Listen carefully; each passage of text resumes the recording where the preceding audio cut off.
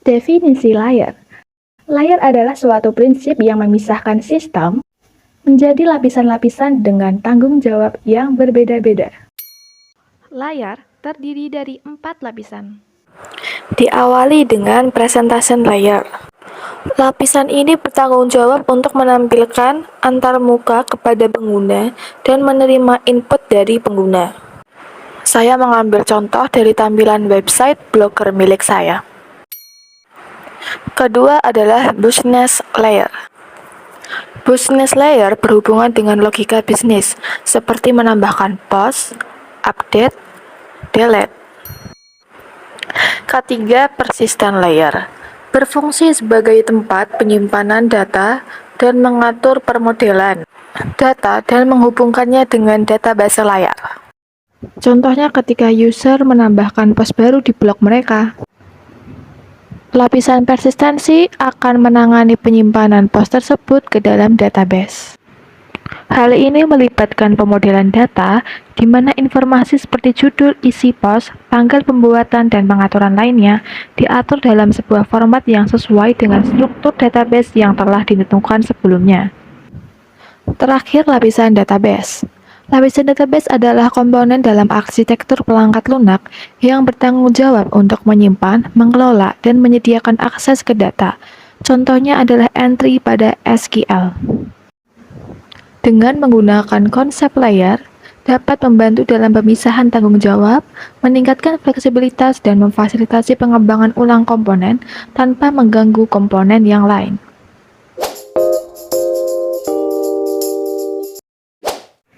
Client server adalah sebuah model jaringan komputer yang digunakan untuk mengatur akses sumber daya pada jaringan komputer.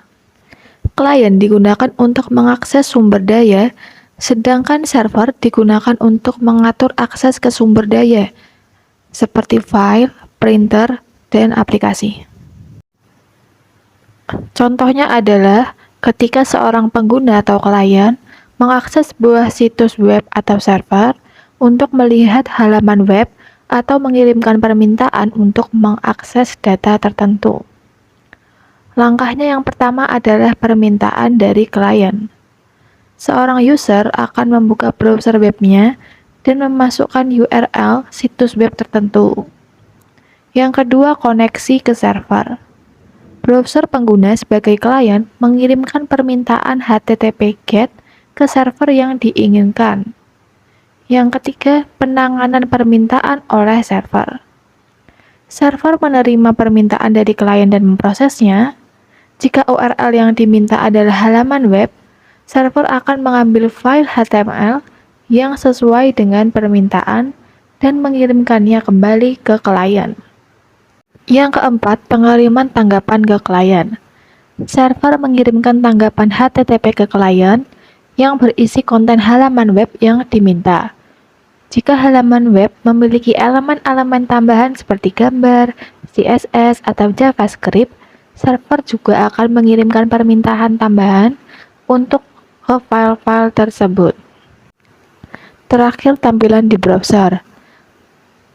Browser pengguna menerima tanggapan dari server dan merender konten halaman web yang diterima. Kemudian pengguna dapat melihat halaman web yang diminta dan berinteraksi dengan elemen-elemen di dalamnya.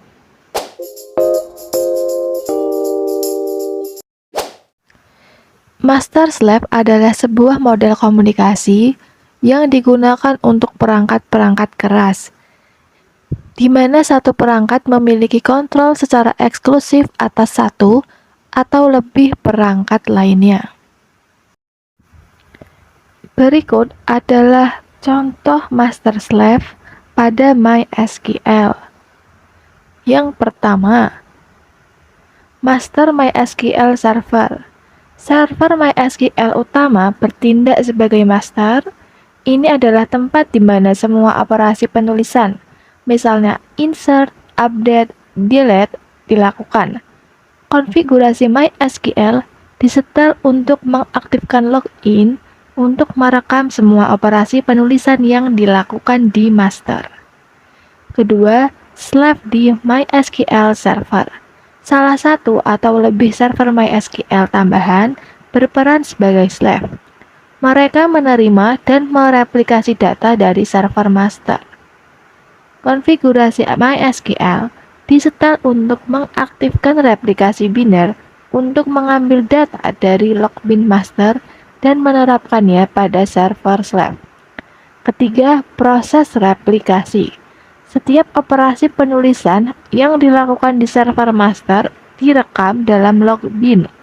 Server slave secara periodik mengambil entry log bin dari server master dan menerapkannya pada basis data slave mereka.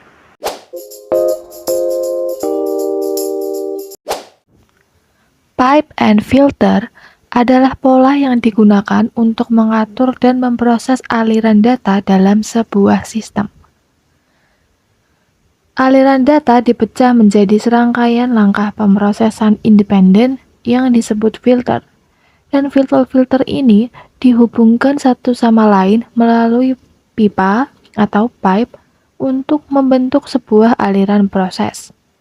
Setiap filter mengambil input, melakukan operasi atau transformasi tertentu, dan menghasilkan output yang kemudian menjadi input untuk filter berikutnya di dalam pipa.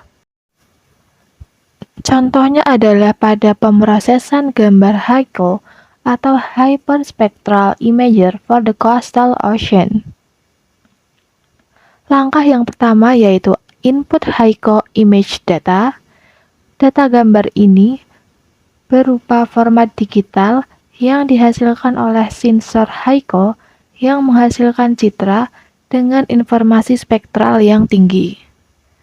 Kedua, HICO template. Selanjutnya, kita menggunakan data template HICO yang berisi informasi tentang spesifikasi teknis sensor HICO, konfigurasi pengambilan gambar, atau struktur data yang diharapkan. Data template ini digunakan sebagai panduan untuk memproses data gambar HICO dengan benar. Ketiga, input pixel locations. Pengguna atau sistem menyediakan koordinat pixel spesifik dalam gambar HICO yang ingin diproses lebih lanjut. Koordinat pixel ini mungkin menunjukkan area tertentu dalam gambar yang perlu diubah atau dianalisis. Keempat, Simplified Water Correction Algorithm. Algoritma koreksi air atau water correction digunakan untuk mengoreksi gambar HICO agar lebih akurat dalam mempresentasikan informasi.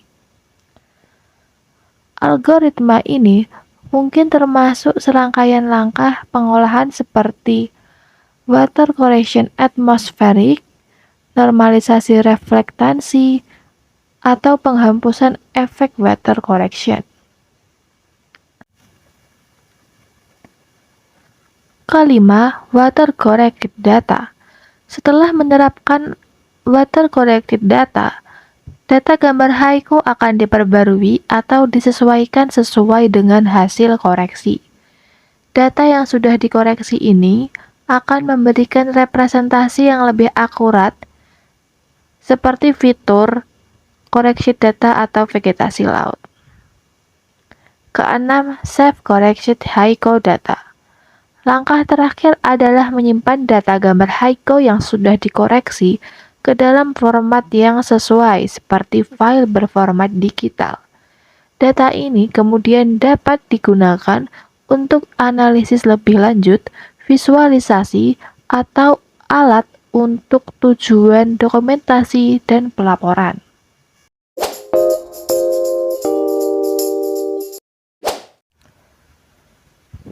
Broker adalah perangkat lunak atau layanan yang bertindak sebagai perantara dalam pertukaran data antara berbagai aplikasi atau komponen sistem. Broker berfungsi sebagai perantara yang menerima, menyimpan, dan mengirim pesan dari satu aplikasi ke aplikasi lainnya. Broker memastikan bahwa pesan-pesan ini sampai ke tujuan dengan aman dan efisien. Cara kerja broker. Pertama, pengirim pesan. Proses dimulai ketika aplikasi pengirim atau produser ingin mengirim pesan ke aplikasi penerima atau consumer. Pengirim pesan menyiapkan pesan yang akan dikirim dan mengirimkannya ke message broker. Pesan ini bisa berisi informasi, data, permintaan, atau pemberitahuan. Yang kedua, message queue atau antrian pesanan. Setelah menerima pesan dan pengirim, layanan menyimpan pesan tersebut dalam antrian atau topik yang sesuai. Antrian pesan adalah struktur data yang menyimpan pesan-pesan dalam urutan tertentu. Pesan pertama yang masuk akan menjadi pesan pertama yang keluar. First in, first out. Sementara topik memungkinkan pesan untuk dikirim ke satu atau lebih penerima yang tertarik pada topik tersebut. Ketiga, konsumen pesan atau consumer. Aplikasi penerima siap untuk menerima pesan dari broker. Konsumen dapat menjadi satu atau lebih aplikasi yang membutuhkan data atau tugas yang terkandung dalam pesan tersebut. Keempat, pendengaran atau listening. Konsumen yang berminat untuk menerima pesan dari broker akan mendaftar sebagai pendengar pada antrian pesan atau topik yang sesuai. Hal ini dilakukan dengan menghubungkan konsumen ke broker dan mendefinisikan aturan tentang jenis pesan apa yang akan mereka terima. Kelima, pengiriman pesan atau message delivery. Setelah konsumen terdaftar sebagai pendengar, layanan akan mengirimkan pesan kepada mereka sesuai dengan aturan yang telah ditentukan. Pesan dapat dikirim secara sinkron atau asinkron, tergantung pada preferensi konsumen dan konfigurasi message broker. Keenam, pemrosesan pesan atau message processing. Konsumen menerima pesan dan mulai memprosesnya sesuai dengan logika bisnis atau tugas yang mereka lakukan. Proses ini mencakup berbagai operasi seperti penyimpanan data, pemrosesan logika, atau tindakan tertentu yang sesuai dengan konten pesan. Ketujuh, konfirmasi atau acknowledgement. Setelah konsumen berhasil memproses pesan, mereka mengirimkan konfirmasi kepada broker. Konfirmasi ini memberitahu broker bahwa pesan telah berhasil diterima dan diproses dengan benar. Yang terakhir, penghapusan pesan. Setelah menerima konfirmasi, layanan akan menghapus pesan dari antrian atau topik. Ini memastikan bahwa pesan tidak akan dikirim ulang kepada konsumen lainnya dan mencegah pengiriman ganda.